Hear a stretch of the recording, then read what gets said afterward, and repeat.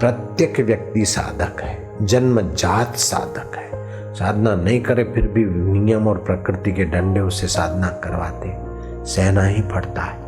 ठंडी गर्मी, मान अपमान, दुख सुख और जीवन भर मेहनत मजूरी साधना करके इकट्ठा किया, मृत्यु का झटका छुड़ा देता है। फिर दूसरे जन्म में किया, मृत्यु का झटका छुड़ा देता। बुद्धू से बुद्धू हो ये मंत्र जप करे, बुद्धि विकसित। जो तुमको तकलीफ है उस तकलीफ के विपरीत विचार करके सुबह फिर बिस्तर छोड़ो।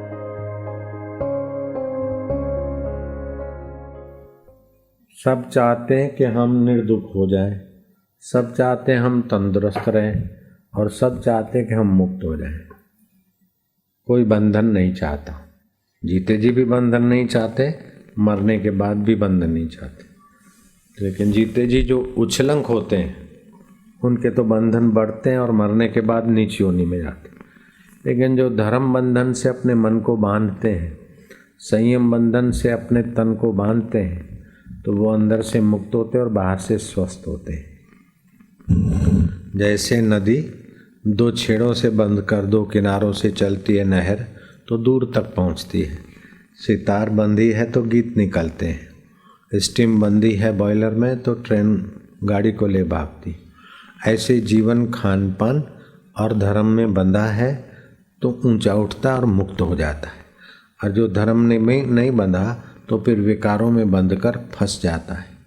भगवान राम के गुरुदेव वशिष्ठ महाराज कहते हैं कि राम जी, ये जो पेट के बल से रेंग रहे, अड़सिया है, सांप है और दूसरे कृमि आदि जंतु हैं तुच्छ, वो कभी मनुष्य थे। और जो अभी इंद्र बनकर पूजे जा रहे हैं वो भी कभी मनुष्य थे। और जो अभी बापू भुवन बनकर पूजे जा रहे हैं वो भी कभी बालक थे। और शैतान बनकर जेल में सड़े जा रहे हैं वो भी कभी बालक थे। जीव की अपनी अपनी उच्च पुरुषार्थ और नीच पुरुषार्थ की गति से उनकी नीच और ऊंच स्थिति होती है। तो आपको ऊंचा पुरुषार्थ करना चाहिए, ऊंचा सुख लेना चाहिए, ऊंची समझ बढ़ानी चाहिए। तो ऊंची समझ बढ़ाने के लिए एक मंत्र है, उसकी एक माला जपोगे आपकी समझ ऊंची हो जाएगी। बच्चे जपेंगे उनकी समझ ऊंची हो जाएगी। दूसरा, ये समझ ऊंची का मंत्र बता देता हूं। दूसरी बात है कि आपका शरीर में संयम रहे। धातु क्षीण होता है, याद शक्ति मर जाती, कमर कमजोर हो जाती, बार बार रोग अटैक करते हैं, चिड़चिड़िया स्वभाव हो जाता है। धातु पुष्ट है, मजबूत है, तो ये सारी मुसीबतों से शरीर सुरक्षित रहता है। तो आप थोड़ा संयम से बंध जाओ, थोड़ा जप से बंध जाओ तो बाकी के बंधन से छूट सकते। जैसे विद्यार्थी पढ़ने के बंधन से बंध जाता है तो ऊंचा ग्रेजुएट हो जाता है, और जो नहीं बंधता है बचपन में तो फिर लारी चलाता है, खुमचा उठाता है। ऐसे ही थोड़ा बहुत सात्विक बंधन स्वीकार करना पड़ता है। शास्त्र, ईश्वर और गुरु का संदेश का, गुरु की संकेत से अपने को ऐसा नियंत्रित रखें कि गिरने न पाए, पतन न होने पाए। ओम शांति शांति, ओम शांति। धूप वाले धूप करो, मैं मंत्र भी लिखवाता हूँ। धूप वाले धूप करो, आप लोग जप करो, मन में भगवान की प्रार्थना करो। इस मंत्र को जितना आदर से सुनेंगे, उत्कंठा से सुनेंगे और जितना श्रद्धा से करेंगे उतना फायदा अधिक होगा। और फायदा होता है बिल्कुल पक्की पक्की पक्की। मेरे पास 1000 ज़बान होती तो मैं 1000 ज़बानों से बोलता है मंत्र का। मैंने प्रत्यक्ष अनुभव किया है। विकारों के बीच, काम विकार के बीच, ललना के बीच, अप्सराओं के बीच भी अगर ये मंत्र आप जपते तो आपका स्वास्थ्य की सुरक्षा बनी रहेगी, आपका ऊर्जा क्षय नहीं होगी। ऐसा मंत्र है। और बुद्धि, बुद्धू से बुद्धू हो ये मंत्र जप करे, बुद्धि विकसित हो। अगर काले तिल और चावल मिलाकर 10 माला आहुति देकर मंत्र करे तो 3 दिन में तो महाराज क्या क्या क्या योग्यता विकसित हो जाए। वो सब कभी दूसरी बार बताएंगे वो सारी विधियां। अभी तो छोटी सी विधि। क्या छोटी सी विधि? थोड़ा भी प्राणायाम कर लो। प्राणायाम कैसे करोगे? 45 साल से ज़्यादा उम्र है तो उंगलियां मिला दो, कम है तो पहली उंगली अंगूठे के नीचे, 3 उंगली सीधी। ये मंत्र उन्हीं को फायदा करेगा जिन्होंने दीक्षा लिया है, अथवा आज से जो गुरु गीता का पाठ करके मंत्र करेंगे उनको विशेष फायदा होगा। जो सुन के चल देंगे उनको कोई फायदा होने वाला नहीं है। ऊंडो श्वास लो,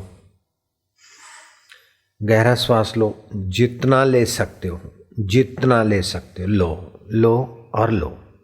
रोको, जितनी देर रोक सकते हो रोको। रोकने के बाद बाहें नथुने से श्वास निकालना है, अभी नहीं। जहां से निकाला फिर वहीं से लेना है और दाएं से निकालना है। तो ऐसे 10 प्राणायाम रोज करें। पाचन तंत्र, आम की बीमारी, घुटनों के दर्द की बीमारी, कितनी सारी बीमारियां, इस इतने प्रयोग से उसकी जड़ें हिल जाएगी। अभी तो आप थोड़ा प्रयोग करो। श्वास लिया, रोका, जितना अधिक लिया शुद्ध हवा में। रात्रि को नहीं लेना, सूर्य डूबने के बाद नहीं लेना, इसलिए धूप हो रहा है।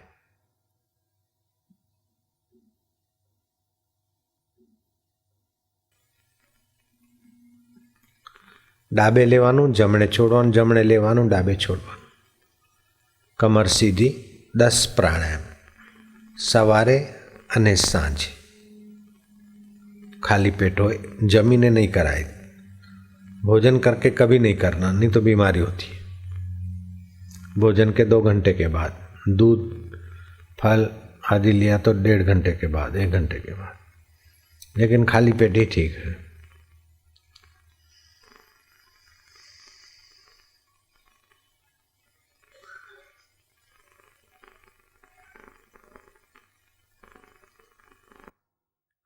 एक तो है संयम करने का, ब्रह्मचर्य में मदद देने वाला मंत्र। 21 बार जपे खाली, और जब पतन हो तो उस समय याद करे इस मंत्र को। डाबे कान में उंगली डालो, जमणा कान थी सांभळो। ओम आर्यमाय नमः, ओम आर्यमाय नमः, ओम आर्यमाय नमः, ओम आर्यमाय नमः। बड़ा आदर से जप करना है 21 बार। इससे जीवन का जो रस है, सप्तम धातु है, बड़ा कीमती, वो जो नाश होता है उसमें रक्षा होगी। सपन दोष होता है, पानी पड़ने की बीमारी है, कमर कमजोर है, ये मंत्र भी काम करेगा गजब का। अच्छा, दूसरी बात, बुद्धि तेजस्वी करना है। 1 माला जप करे बस। जिन बच्चों ने विद्यार्थी सारस्वती मंत्र लिया है उनको भी ये माला, ऐसा थोड़ा प्राणायाम और कीर्तन करा के फिर ये मंत्र दे सकते हो। जिन्होंने मेरे से मंत्र लिया है उन्हीं को। वो मंत्र है ओम गम गणपतये नमः। 1 माला रोज जप करे। 40 दिन के बाद उसके बुद्धि में परिवर्तन होके ही रहेगा। बस उंगली निकाल दो। 1 माला रोज जप करे, विद्यार्थी परीक्षा में अच्छे मार्क लाएगा, व्यापारी निर्णय अच्छे करेगा, ऑफिसर निर्णय अच्छे करेगा। जो शरीर का सार तत्व है वो ज्ञान तंतुओं में मंत्र के प्रभाव से, इष्ट के प्रभाव से जाएगा, बुद्धि का विकास होगा। ओम गम गणपतये नमः। इसी मंत्र की अगर 10 मालाएं जप करता है, और 10 माला जपे मतलब एक मंत्र पर आहुति देता जाए, तिल और चावल और घी शक्कर मिला के, अथवा केवल तिल और चावल, काले तिल और चावल, और ये मंत्र जप के स्वाहा करता जाए तो क्या क्या लाभ होते हैं ये बोलने का मेरे को अच्छा नहीं लगता। छोटा मोटा तो क्या, राजा का बाप विघ्न करता है तो बंद हो जाएगा, उसका विघ्न करना वश हो जाएगा, आपके अनुकूल हो जाएगा नारायण। लेकिन आपको तो भगवान अनुकूल करना है, तो भगवान में प्रीति। थोड़े सत्संग के 2 वचन सुनो, फिर आपको छुट्टी देते हैं। हे मुनीश्वर, तुम्हारे दर्शन से अब मैं पूर्ण आनंद को प्राप्त हे मुनि श्रेष्ठ, आपके दर्शन से हम पूर्ण शांति को, आनंद को और पुण्य को प्राप्त हुए। ऐसा कौन है जो संत का दर्शन करके पुण्यात्मा न हो। जैसे दीपक अंधेरा मिटाता है, ऐसे सत्संग, भगवान नाम और संत दर्शन पाप को, ताप को, दुख को, दोष को मिटाता है। पाप में और ताप में क्या फर्क है? पाप वह है जो अभी किया भविष्य में दुख देगा, और ताप वह है कि भूतकाल के किए हुए पाप अभी हृदय में दुख दे रहे हैं, तपा रहे हैं। तो जिन्होंने फल देना शुरू कर दिया वो है ताप, और जो फल देंगे वो है पाप। तो सत्संग से, पुण्य कर्म से, दान से पाप मिटता है, तपस्या से पाप मिटता है, लेकिन संत दर्शन और सत्संग से ताप और पाप दोनों मिटते हैं। एक एक कदम सत्संग की जगह पे चल के आते तो एक एक यज्ञ करने का फल होता है। बैठते तो भक्ति योग फलित होता है, सुनते तो ज्ञान योग फलित होता है, सामूहिक कीर्तन करते हैं तो तुमुल ध्वनि वातावरण में पैदा होती है। तो उसमें कैसा भी घोर पातकी आके बैठ गया हो तो उसको भी आंदोलन के वाइब्रेशनों का विशेष लाभ होता है।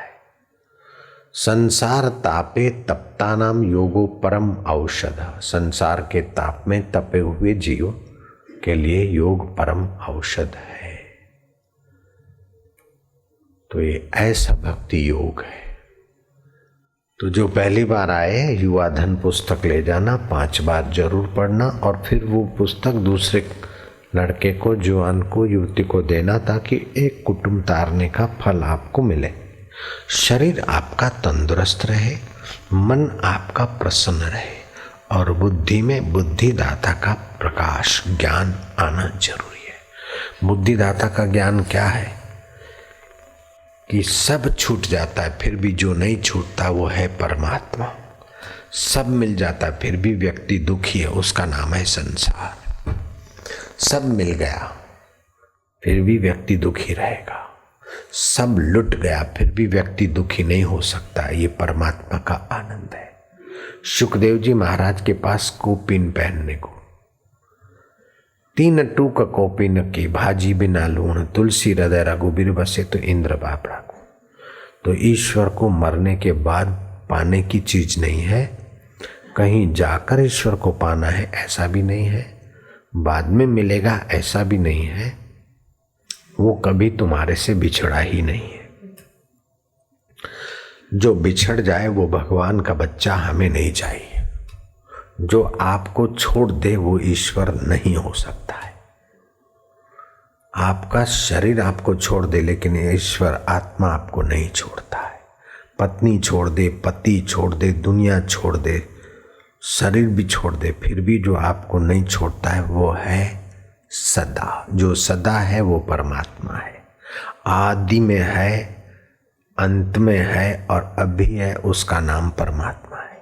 तो शरीर के आदि में तुम्हारा आत्मा तुम्हारे साथ था, तभी शरीर बना। शरीर है तभी आत्मा साथ है, और शरीर मरने के बाद भी आत्मा तुम्हारे साथ है। जो आत्मा है वही परमात्मा है। जो घड़े का आकाश है वही महाकाश है। जो तरंग का पानी है वही सरोवर का पानी है। जो 0 बल्ब में लाइट आ रही है वही 1000 वोल्ट के गोले में है। वो वोल्टेज अलग अलग है लेकिन लाइट वही की वही। मोटर टिल्लू है और 100 हॉर्स पावर के, लेकिन लाइट वही की वही। ऐसे जीव छोटा है, बड़ा है, बुद्धिमान है, बुद्धू है, लेकिन चैतन्य वही का वही। तो आप सबको छोड़ सकते, जिसको नहीं छोड़ सकते वो है परमात्मा। तो कहाँ रहते हैं? भगवान खुद अपना एड्रेस बताते हैं। ईश्वरो सर्वभूतानां हृदय से अर्जुन तिष्ठति। मैं ईश्वर सबके हृदय में रहता हूँ। वो ईश्वर कैसे है? बोले सत्य है, चित्त है और आनंद स्वरूप है। सत्य वो है जो सदा रहे, शरीर के पहले, बाद में और अब। चित्त वह है कि जिसकी चेतना पाकर शरीर काम करता है, मन बुद्धि विचार करते। और आनंद के अनुकूल वातावरण होता है तो सुख मिलता है, मजा आता है। ये ईश्वर की चेतना, ईश्वर का अस्तित्व है, इसलिए आनंद आता है। लेकिन बाहर की अनुकूलता से जो आनंद आता है उसको विषय सुख बोलते हैं। सत्संग ध्यान से जो शांति में और ज्ञान के द्वारा आनंद आता है वो सीधा आता है। जो सीधा आनंद आता है वो मुक्त करता है, और जो विषय विकारों से मजा आता है वो आदमी को खोखला बनाता है। तो शास्त्र में लिखा है कि अगर आप अपनी उम्र ठीक रखना चाहें, तंदुरुस्त रहना चाहें, तो निद्रा के समय, स्त्री है तो पुरुष की पथारी का त्याग करें, पुरुष है तो स्त्री की पथारी का त्याग करें, अपने गले में फूलों की माला है उसका त्याग करें, और पान बीड़ा मुंह में है तो कुल्ला करके फिर सोए। अगर स्त्री पुरुष साथ में ही निद्रा करते हैं तो तुम्हारा चुंबकत्व शक्ति नाश होगा, फिर बुढ़ापा जल्दी आएगा, रोग प्रतिकारक शक्ति कमजोर हो जाएगी। ईश्वर आपका साथ में होते हुए भी काम विकार, क्रोध, लोभ, मोह के परतों से आपको महसूस नहीं होगा। इन विकारों को हटाने का उपाय क्या? कि आपके जीवन में जो काम अधिक है, क्रोध है, लोभ है, मोह है, जो भी आपके जीवन में ज्यादा तंग करता है, सुबह उठे ओम शांति शांति, आज मैं क्रोध के चक्कर में नहीं आऊंगा, ओम शांति, ओम आनंद है, ओम शांति शांति, क्रोध नहीं आएगा। आज भगवान की प्रीति है, प्रभु मेरे साथ है, काम विकार में नहीं डूबूंगा। जो तुमको तकलीफ है उस तकलीफ के विपरीत विचार करके सुबह फिर बिस्तर छोड़ो, भगवत कृपा उसमें काम करेगी, क्योंकि वो सत्य है, चित्त है, आनंद है। वो आपकी भावना और प्रार्थना सुनता है। हाँ, प्रार्थना भावना में संदेह है तो आज नहीं तो कल सुनेगा, प्रार्थना भावना संदेह रहित होगी। तुम तो करते जाओ, कभी तो भनक पड़ेगी राम के कान। ईश्वर की और पुस्तक स्टॉल से ले जाना, उसको बार बार पढ़ते रहना, संसार का, विषय विकार का आकर्षण घटाना। युधिष्ठिर ने कहा कि हे देव, हम लोग गृहस्थ में फंसे हुए, फिर कैसे सच्चिदानंद का अनुभव करें, मुक्ति का अनुभव करें? तो नारद जी ने कहा कि गृहस्थी को चाहिए तो आय का 10वां हिस्सा और समय का कुछ 10वां हिस्सा या जो भी निकाल सके अधिक, वो अपने आत्म कल्याण के लिए लगाना चाहिए। बीच बीच में समय निकालकर एकांत में आत्मज्ञानी परमात्मा के तरफ ले जाने वाले संतों का संग करना चाहिए। 50 साल की उम्र हो जाए तो प्रवृत्ति से हाथ खींच लेना चाहिए। वो मूर्ख लोग हैं जो खुश होते हैं, अरे कि मेरा एक मित्र बढ़ गया, तो एक बीमार का ख्याल रखने का टेंशन बढ़ गया। एक आदमी नाराज न हो जाए उसकी चिंता बढ़ गई। एक आदमी मर जाएगा उसकी चिंता आपको बढ़ी। एक मरने वाला, नाराज होने वाला, बीमार होने वाला आपके जीवन में आ गया। बेटा हुआ तो आपके मौत के बाद फायदा उठाने वाला आपके घर में पैदा हो गया। तो इन चीजों को पाकर हर्ष न करो और रो भी नहीं कि हाय रे हाय बेटा हो गया, मरने का फायदा उठाने वाला आ गया, ऐसा भी नहीं। लेकिन आसक्त भी मत हो, आप तो तटस्थ रहो। जगत के आघात प्रत्यघात सच्चे नहीं है, शाश्वत नहीं है और तुम्हारे साथ नहीं चलेंगे। लेकिन परमात्मा तुम्हारा साथ कभी नहीं छोड़ता। वो कैसे पता चले? आप बोलते मैं हूं, फिर मैं फलाना हूं, ढींगना हूं, लेकिन ये सब माया के नाम है। मैं जहाँ से उठता है वो सच्चिदानंद है। फिर मैं गुजराती हूँ, मैं पठित हूँ, मैं अनपढ़ हूँ, मैं फलाना हूँ, ये सब रह जाएगा। लेकिन आपका मैं आपको कभी नहीं छोड़ता है। मैं पुण्यात्मा हूँ तो पुण्य से जुड़े, मैं पापी हूँ पाप से जुड़े, पाप आया गया, पुण्य आया गया। मैं दुखी हूँ, दुख से जुड़कर बोलते हो। दुख आया है, तुम दुखी नहीं हो, दुख आया है, दुख जाएगा, आप तो आप ही है। तो मैं ही हूँ और मैं ही हूँ, मतलब मैं वह आत्मा हूँ, परमात्मा का सनातन सपूत हूँ। ऐसी स्मृति आपके दुखों की जड़ पर कुहाड़ा मारेगी, सुखों की लोलुपता पर कुहाड़ा मारेगी, बीते हुए दुख पर कुहाड़ा मार देगी, आने वाले भविष्य के दुख पर फिक्र नहीं। आप मजबूत बनते जाएंगे। आपके उस शुद्ध मैं को शुद्ध रखिए। मैं के अंदर चिंता मत घुसेड़िए, मैं के अंदर भय मत घुसेड़िए। भय मन में आता है, आप मन का कवर मैं को मत चढ़ाइए।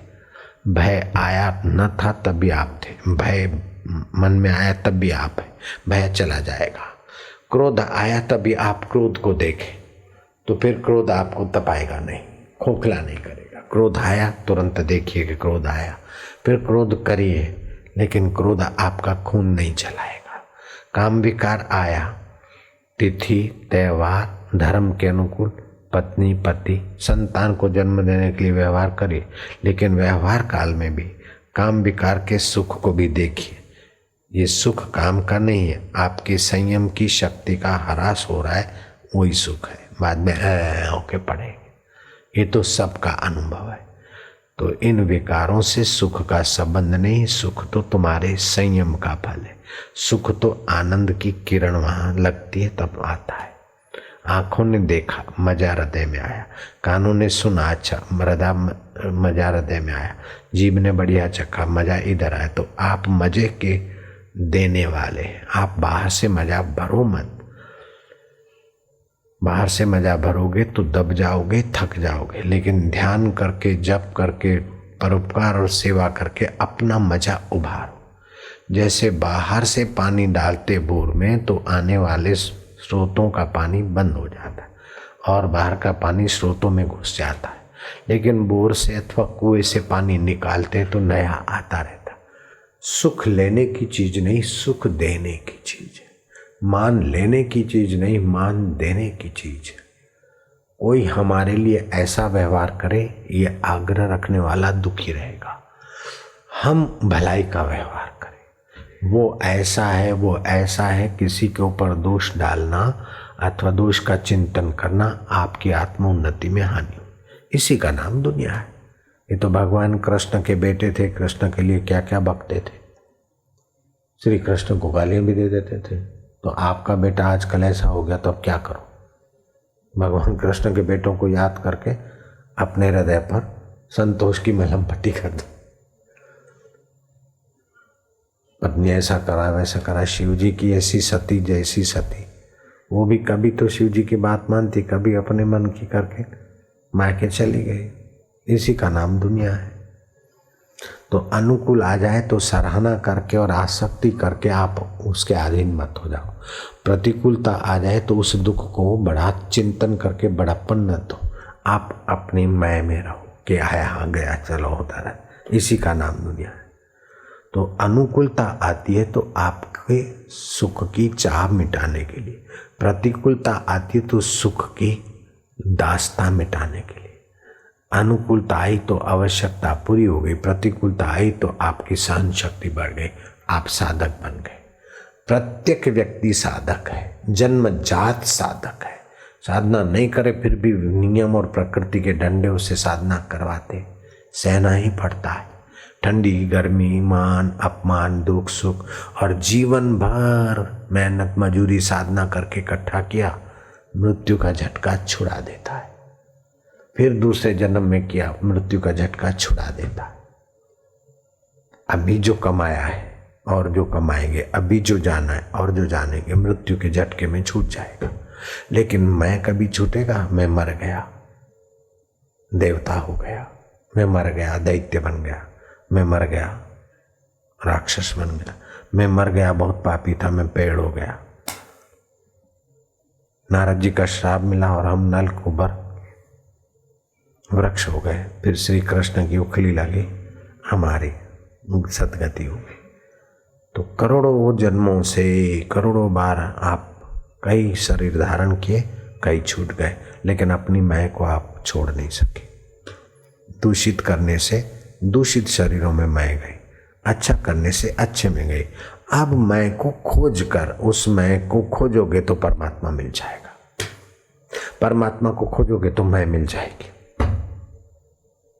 बोले परमात्मा तो कृष्ण है, परमात्मा तो शिव है, राम है, लेकिन ये राम है कि नहीं, कृष्ण है कि नहीं, और ये मंत्र करने से मिलेंगे, ये आपकी मैं में बैठेगा तभी वो आएंगे। तो आपकी मैं से ही राम कृष्ण प्रकट होते। तो तुम राम कृष्ण को, शिव को प्रकट करने वाले हो। ऐसे दुख को भी तुम पैदा करते हो, सुख को भी तुम पैदा करते हो, चिंता को भी तुम पैदा करते हो। तुम सृष्टा हो। आप पैदा करने वाले होकर आप काय को पैदा होने वालों से दब मरो। आप तो पैदा करने वाले हो, फिर पैदा होने वालों से दब मरने की क्या जरूरत है? जैसे आपने फैक्ट्री में माल पैदा किया और फिर उसी माल के अंदर आप दब के मरो। पैदा किया, फिर जिसको जहां रखना है रखो, जैसा उपयोग करना है करो। पैदा कोई वस्तु की तो उससे दब मरने के लिए थोड़े पैदा की। तो इस प्रकार की ऊंची समझ आपको ईश्वर से भी अलग नहीं करने होने देगी। ये सब हमारा ख्याल है। ओम, तमाम दुनिया है ख्याल मेरा। ओम ओम ओम ओम। तो हे राम जी, ऐसा त्रिभुवन में कौन है जो संत की संगति पाकर निष्पाप न हो, निर्दुख न हो, चिंता भी निर्मुक्त न हो। हे राम जी, ऐसा त्रिभुवन में कौन है जो संत की आज्ञा का उल्लंघन करके और सुखी रह सके। जेको जन्म मरण ते डरे, साध जिना की शरणी पड़े। जेको अपना दुख मिटावे, साध जिना की सेवा पावे। अपना दुख मिटाना है तो साधु की सेवा कर, सच्चे संत की। और सच्चे संत की सेवा क्या है? पैर दबाना, उनको रबड़ी खिलाना नहीं, संत की आज्ञा मान ले। और आज्ञा क्या है? आज्ञा सम नहीं साहेब सेवा। संत जो रास्ता दिखाते निर्दुख होने का, बस चल दे, हो गई सेवा, मान लिया, चलो। ऐसा सत्संग मिल जाए तो फिर क्या चाहिए। ओम नमो भगवते वासुदेवाय।